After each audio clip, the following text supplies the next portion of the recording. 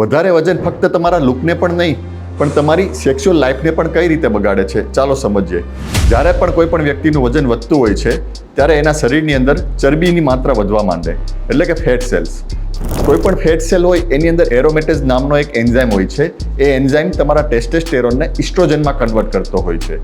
હવે જ્યારે ઇસ્ટ્રોજનનું લેવલ બોડીની અંદર વધવા માંડે એટલે મેલની અંદર લિબિડો લો થવા માંડે, એટલે કે સેક્સની ઈચ્છા ઓછી થવા લાગે. બીજું, જ્યારે પણ તમારું વજન વધે છે ત્યારે તમારા શરીરની અંદર ચરબીની સાથે કોલેસ્ટેરોલ પણ વધતું હોય છે અને આ કોલેસ્ટેરોલ તમારી પેનિસની જે આર્ટરીઝ હોય એને બ્લોક કરી દે, એટલે પેનિસની અંદર બ્લડ ફ્લો સરખો નહીં થાય, એટલે તમારું ઇરેક્શન એકદમ ટાઈટ નહીં થાય, લિંગની અંદર ઢીલાપણું આવી જશે. અને ત્રીજું, જ્યારે પણ કોઈ પણ વ્યક્તિની અંદર કોલેસ્ટેરોલ, ચરબી એ બધું વધી જાય એટલે એના શરીરની અંદર સ્ટ્રેસ હોર્મોન જે કોર્ટિસોલ છે એનું લેવલ વધવા માંડે, એટલે બોડીની અંદર એનર્જી લો થવા માંડે. યંગ એજમાં તમારી સેક્સની ઈચ્છા ઓછી થઈ જાય છે. બીજું, તમારા લિંગની અંદર ઇરેક્શન બરાબર નથી આવતું, એટલે ઇરેક્ટાઇલ ડિસફંક્શન થવા લાગે. અને ત્રીજું કે પ્રીમેચ્યોર ઇજેક્યુલેશન, એટલે થોડે જ ટાઈમની અંદર તમને પણ સંતોષ ના થાય અને તમારા પાર્ટનરને પણ સંતોષ ના થાય અને તમારું ઇજેક્યુલેશન થઈ જાય. હવે કોમન વસ્તુ એ છે કે આ કન્ડિશનને તમે રિવર્સ કરી શકો. કઈ રીતે?